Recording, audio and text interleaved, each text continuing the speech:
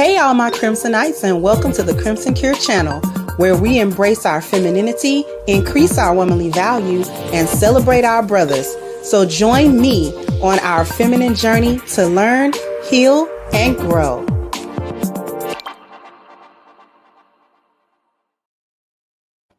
Hey there, everybody. How we doing?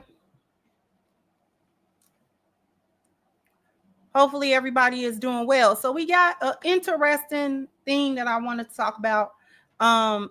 Jubilee hosted yet another 20v1, and this time it was Amanda Seales versus 20 conservatives. Now, Amanda does not identify herself as a Democrat or a liberal. She says that she's a radical, whatever. It was very interesting. I got through the vast majority. I probably got through about 80% of it.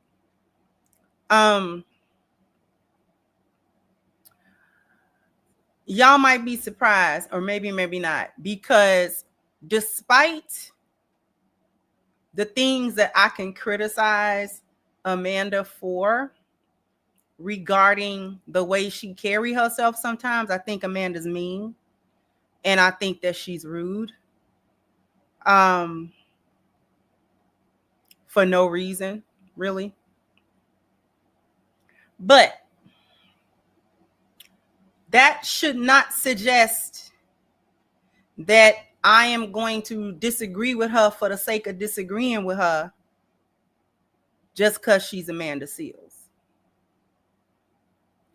This was an interesting conversation from the standpoint that this actually was a cultural conversation. They framed it as radical versus conservative. But really, this was a conversation that was cultural for Black people from across the diaspora, because Amanda herself, her mother was, she says, is from Grenada. If I'm messing it up, just, you know what I'm talking about. And so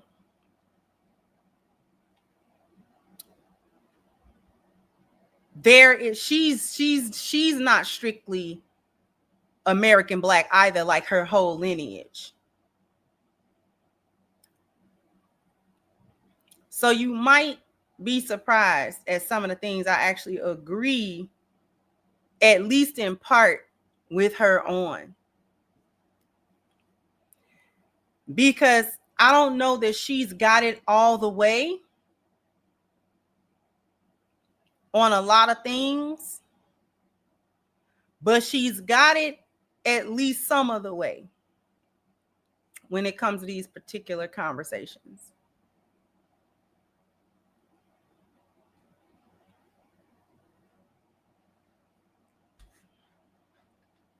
Thank you, Charles, for your super sticker. I appreciate you for being the first contribution. I appreciate you. Thank you so much.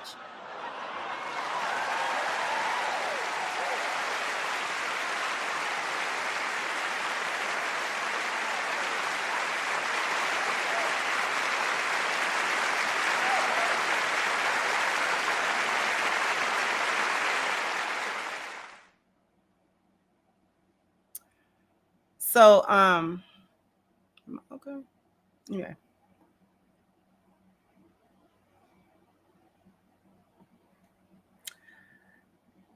I get you on that, because here's my thing, Dontrell. If somebody put a gun in my head and said, you have to choose, are you liberal or conservative? And you can't say neither, you've got to choose. I would have to choose conservative because I'm not a liberal. However, my problem with a lot of Black conservatives, and you'll hear it throughout this, my main problem with a lot of Black conservatives is they don't know how to have conservative viewpoints without the white supremacy talking points and underpinning rhetoric. They don't know how to have conservative viewpoints, real conservative viewpoints, without having white supremacist talking points. and accepting the underpinnings of racism and white rhetoric, which is what gets a lot of Black conservatives labeled as a coon.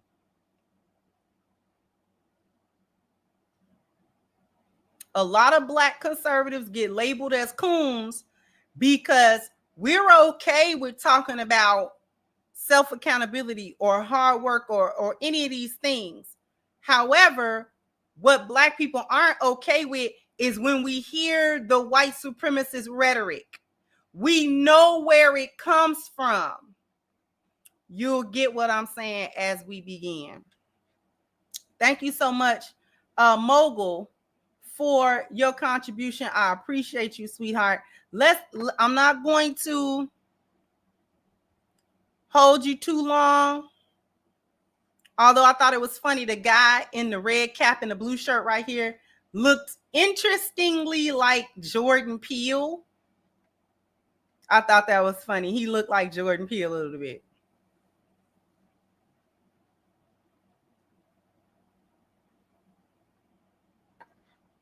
But anyway, we're going to start out with the first premise was it's undeniable that reparations are just and necessary. And the first person up is going to be ABL, or Anthony Brian Logan, who has been a YouTuber for a very long time on the conservative side. He's had a lot of viewpoints that I have not agreed with at all. And so we're going to start with that. But before we let them ensue on the debate, the topic, it's undeniable that reparations are just and necessary. I agree with that. Reparations are just. They are also necessary. My only point of contention for that is that I am staunch that this country is not going to do it. And because I've said that, a lot of people are like, oh, Crimson is against reparations. I'm not against reparations. Just because I know that that's something that would be justified in terms of receiving some form of reparation, I also simultaneously think that this country's not going to do it. They're not going to do it. Especially not of their own free will. That's going to be a fight like every other thing that we have had to do in this country is a fight. When we really wanted it and when it was something that they were staunchly against doing. They are very much a staunch. Yes, indeed. Their hearts are hardened against it. They are not going to do this. But that should not suggest that I don't think that reparations is fair. I mean, everybody else got reparations. You know what I'm saying? But everybody else is reparated. The reason why everybody else got reparations is because reparations was simple to give them. It was simple to give the Japanese reparations for the internment camps.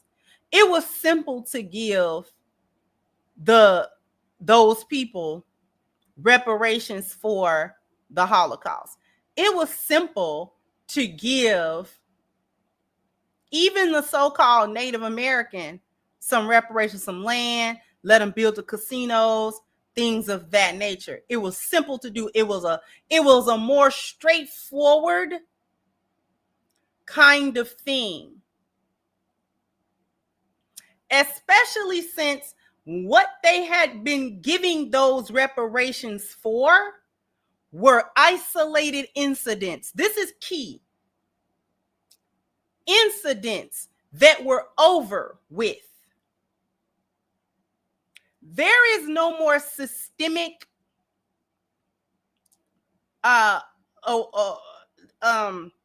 like against Japanese people or against those people who encountered the Holocaust. Those types of things. Those are incidents. Okay. Giving somebody this bit of land and letting them build a casino to destroy themselves with, that's nothing. That's nothing burgers.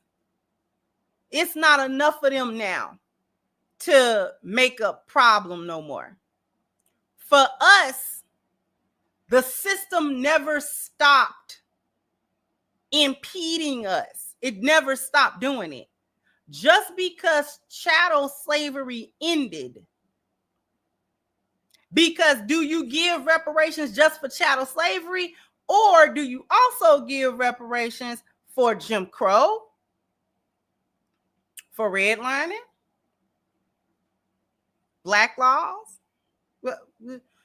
How far do we go? How far do we go? The civil rights movement was just in the 60s. Our parents did that. I keep telling you, my daddy picked cotton. So we have not been actually free in this country for 100 years. It has not truly been 100 years where we're not getting the ball slapped out our hand. And people talking about forget about slavery. But so how do you give reparations to a people that you're constantly in a position to take undue advantage of? How do you give reparations to them people? That's the problem they're having. Because real reparations to us is the dismantling of white supremacy. That's the reparation. They're not gonna do it.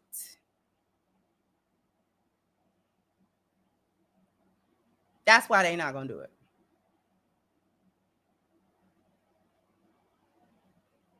Real, actual reparations that would actually help us to succeed would be the dismantling of white supremacy and all of its trappings, and leave us alone. Don't infiltrate us with feminism. Don't do that. Don't infiltrate us with, don't do it. Leave us alone. Dismantle that system. That's my personal take.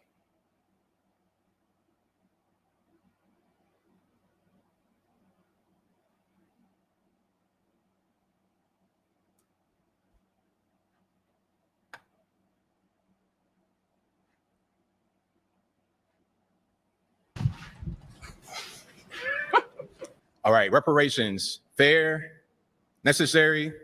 My question would be, who's going to get it? Why would they get it? And how long are we going to sit here focusing on trying to get reparations? It's been how many years since slavery? 150 years, 1865? Whenever there's a real thing that this country wants to do, they do it. Stop Asian hate. Okay, there's a problem with the Asian hate. Let's draft a bill, sign it, and it's done. Anything needs to be done is done. With us, it's a carrot they dangle in front of us that they don't really want to do. And it's not going to help. We need education. Oh, it's not going to help. No, it's not. We need education. Getting a check from the government is not going to do that. And we need proper education. A lot of us go to these institutions where we're not really prepared, we're not really focused, and we don't get things that help us in the real world. So if you want to help Black people, a check from the government, from our tax dollars is going to get raised, because let's be clear, everybody in here is Black. We all American, we all got to pay taxes. It'll go to that. So I don't really see how this is going to help us at all. Okay. Well, first I'll start with, it will help on even just a moral level. The reality is that the United States has become very comfortable with the fact that it does not consider Black people equal. And it shows that in many ways that I'm sure we will discuss over the course of today. But ultimately, there has not been a committed, concerted effort to shifting the mindset around the use of Black people as a labor force in this nation, back when it was slavery, now in the use of slavery as slave labor in prisons. So on a basic cultural level, reparations are an act of repair. They are an effort to say, our bad, we see you now. We have seen that done with Japanese folks who were put in internment camps. We have seen that done with Jewish folks. We have seen that done even in the case of slave owners who received reparations. When it comes to the use of tax dollars to pay reparations, and this is going to come up a lot today, it's a matter of values, right? For me, my value system circulates around the fact that I think that as a community, we should all be engaged in repair for our community. So I don't think there should be any problem with there being tax dollars spent at repairing consistent efforts that have been made to impede Black people. So the reparations you're talking about are not just related to slavery. There's reparations that have been discussed all over this nation in different communities as it relates to particular massacres, as it relates to redlining and the impediment of Black people to earn wealth by having property. There's been impediments in various ways that can be repaired. And I want to also just add, there's reparations that are considered a cash payment from a government. There's also the version of reparations that shows up in how funds are applicated to specific groups of people. So there's multiple ways in which what you're stating cannot happen could very well happen. Okay, now as far as the money going towards certain things is going to help us, let's look at Baltimore public schools. They get, I think, the third most money per pupil in the US of A, like $15,000 per student, but yet the majority of the population that comes from that environment can't read. They're illiterate. So we're dumping money on the situation, yes, but yet we're not getting the results we should get from it. Money's not going to help the thing. We need to just focus on what we need to focus on. As far as Black people being labor force of this country, what else are we doing? We got 25% of us on some kind of government assistance. 1 out of every 3 Black men will go to jail. Now, the fact check, Black people receive varying levels of government assistance. 37% are enrolled in Medicaid or CHIP. 24% receive SNAP. 13% receive free or reduced school meals. Now, let's talk about that for a second. Black people receive varying levels of government assistance. 37% are enrolled in Medicaid or CHIP. Let's talk about Medicaid.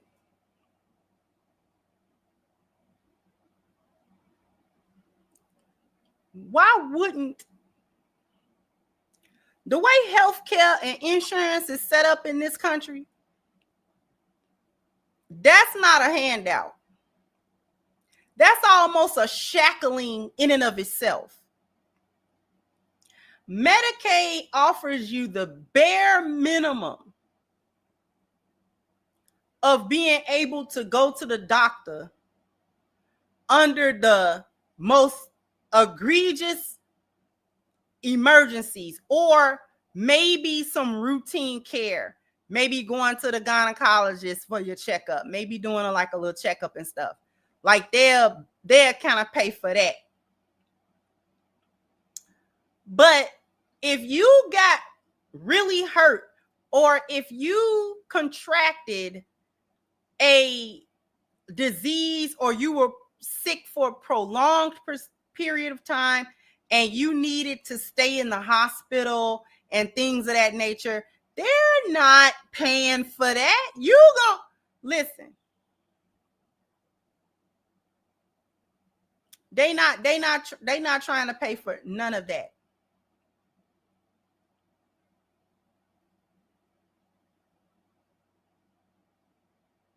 Medicaid is not, and only 37%. That's not even half of us. So the rest of us, the other 60% or so, don't have Medicaid. We're either paying for insurance outright, or we don't have no insurance. You just pay out your pocket and hope don't nothing too serious happen to you.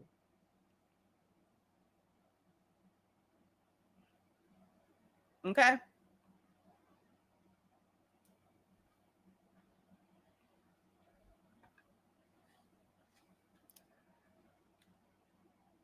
%24 receive SNAP. 24%. That's just shy of a quarter. So that eradicates the welfare queen, welfare king argument. We're all just sitting around waiting on a meager government check or food stamps because we are so inept as a people that it like we not working. Like the majority of us don't work.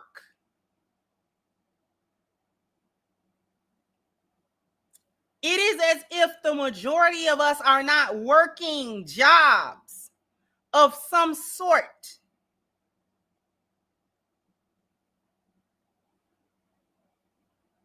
That is a low percentage of us.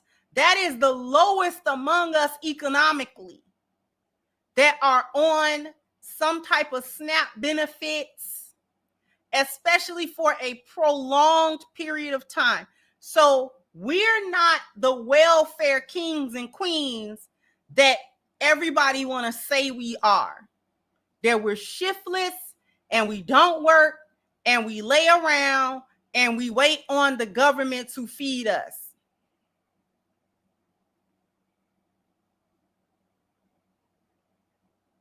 That's a lie.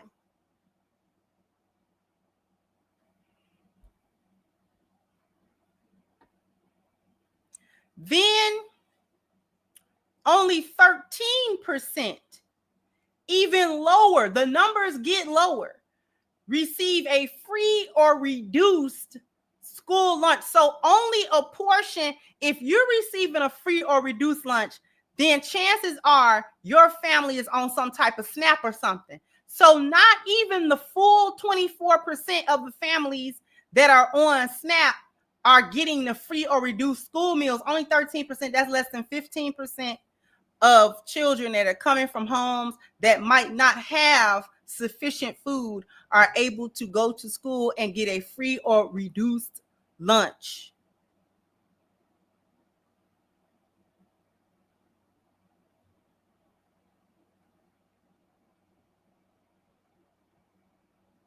So all of that,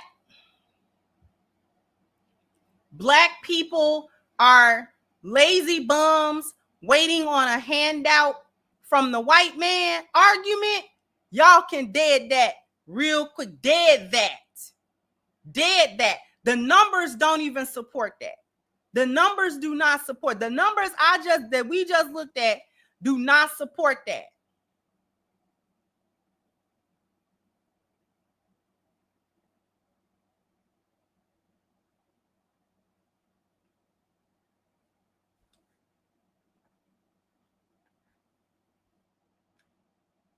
So we got to do something. We got to work with our hands, work with tools, do something, because we're not doing much of anything. And also, one more piece here. Look at Baltimore public schools. They get, I think, the third most money per pupil in the US of A, like $15,000 per student. But yet, let's talk about that real quick. Just because money got allotted to somewhere doesn't mean that the people who were to be benefited actually benefited. Just because it says Baltimore City spent $18,000 per student, the 13th highest of the nation's 100 largest districts. Despite the spending, only 16% of 8th graders read at or above national standards and only 13% of 4th graders. Just because money was allotted on paper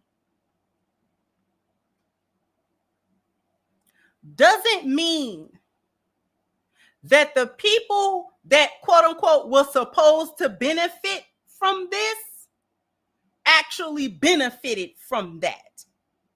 Who said that that money trickled down to the actual schools to make use of it, to get the books, the supplies, the pay the teachers, and you know what I'm saying, and all that type of stuff, everything that you would need to make a safe, comfortable learning environment for children so that they could concentrate on their schoolwork?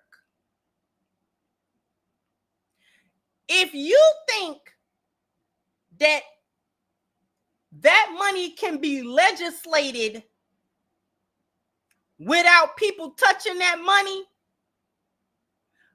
a million hands touching that money, before it get where it's quote unquote supposed to go.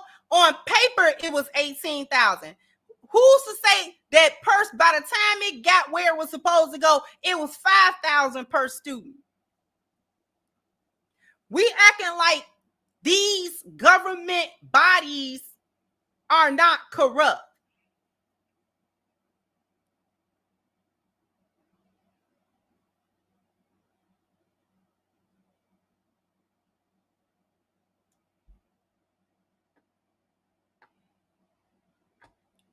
All that money and nobody line their pocket with it. All that money and they, we're gonna let it go to the children. We're not gonna profit off that money, right? I want to know where people think we at.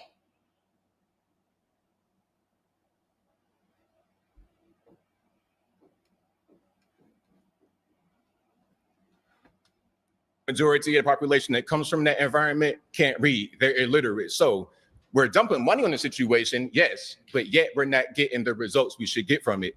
Money's not going to help the thing. We need to just focus on what we need to focus on. As far as Black people being labor force of this country, what else are we doing? We got 25% of us on some kind of government assistance. 1 out of every 3 Black men will go to jail. We got. As of 2022, Black people made up 12% of the population, but accounted for 26% of the jail population. 26% of all jails put together. That is not 30%. So less than 3 out of every 10 is Black. Now we can put to bed all Black men are criminals and all of them is in jail. You know who filled them prisons up?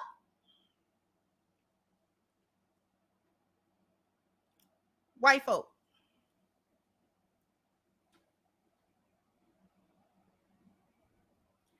Every time I turn around, it's some white folk doing something. I like the channel Explore With Us. Put a 1 in the chat if you're familiar with Explore With Us. Explore With Us focuses on true crime. You know, they'll have the actual footage from the police stop, or they'll have the footage for the interrogation and things of that nature. It stayed a bunch of white people doing some of the most heinous activities.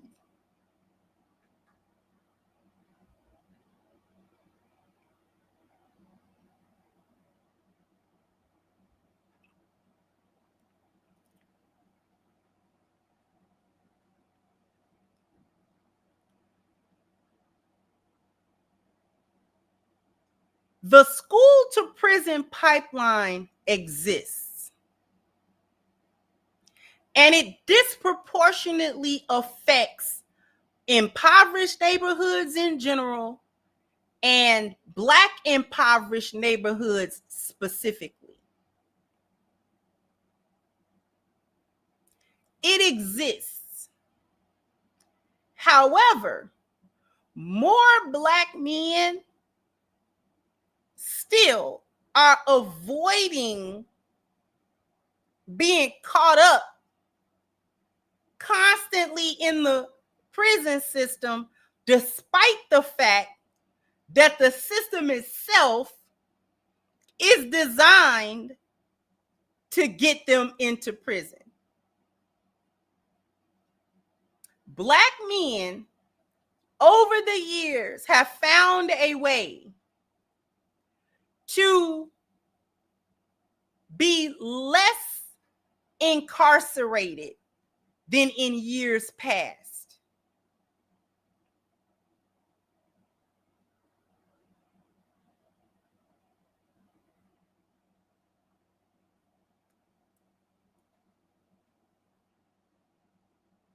The 13th Amendment was designed to keep Black men in slavery by basically saying you're free unless we convict you of a crime and we throw you in jail.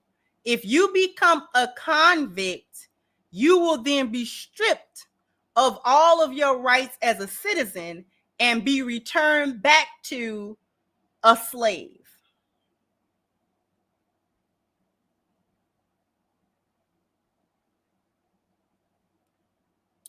And thus began the mass incarceration of Black men for any old little thing. Harsh sentences, long sentences, unfair sentences, sentences for that punishments that didn't fit the crimes, things of that nature. And then went on to use those statistics to try to support rhetoric about the inherent violent criminal nature of Black men. That's just how they are. They're all thugs. They are all criminals. They are all shooting people. Hardly none of them are educated. Hardly any of them work and are productive citizens. Most of them are some type of convict. Most of them are either selling drugs, gang banging, taking drugs, or doing something else. All that rhetoric just for Black men in recent years to do their best to stay out of that system, the jail and prison systems.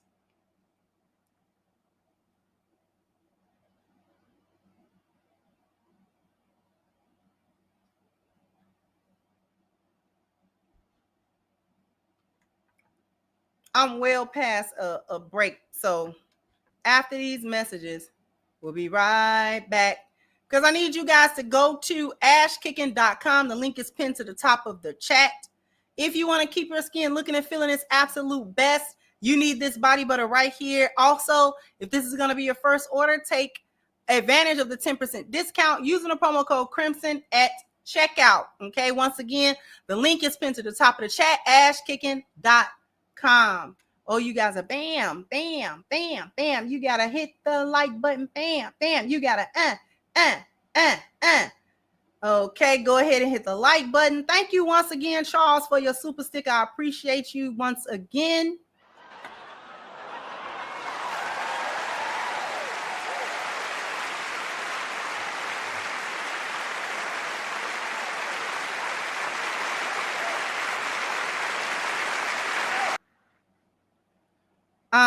The Coldest Jenkins said heterosexual Black men who believe in a traditional family structure and community are typically conservative in their views. Non-FBA shouldn't be speaking on our issues as they are immigrants. Thank you, Ranger One. Say Crimson Cure upcoming topics, WWE. I have not kept up with WWE since the early 2000s, but Naomi is pregnant and being ratchet. I don't know who that is.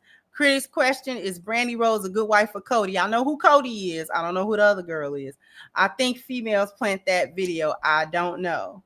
Thank you, Quiet Face. So your position was clear, statistically supported with a solid legislative context applied. Thank you for taking the time to produce this. Thank you so much. I appreciate you. So we're going to get back to this. Okay. Do something. We got to work with our hands, work with tools, do something, because we're not doing much of anything. And also, one more piece here. Reparations, again, always anchored in front of us, never going to happen. As long as you've been living, as long as I've been living, as long as everybody been living, they say we need it, and it never gets done. One more piece. You just said one more piece, then you're adding another one. I promise. So hold on to it. No, hold on to it. I'm gonna land the plane. I'm gonna land the plane. I promise. Reparations is a thing. Like I said, it's a carrot that's dangling in front of us. They're never really going to get it done. And if it was going to get done, it would have already been done. It's just something that they're using to try and make us stay Democrat. That's what I wanted to say. Well, Democrats are not doing reparations either. This is nonpartisan. This is Black partisan, baby. Okay. Well, this is nonpartisan. Who do we vote for? 93% of the time. There's no incentive. To be quite honest, you're not talking to a Democrat. You're talking to a radical. Okay, but let's land this plane very quick. Wait, who do we vote for? Now I'm gonna fast forward to the next young man.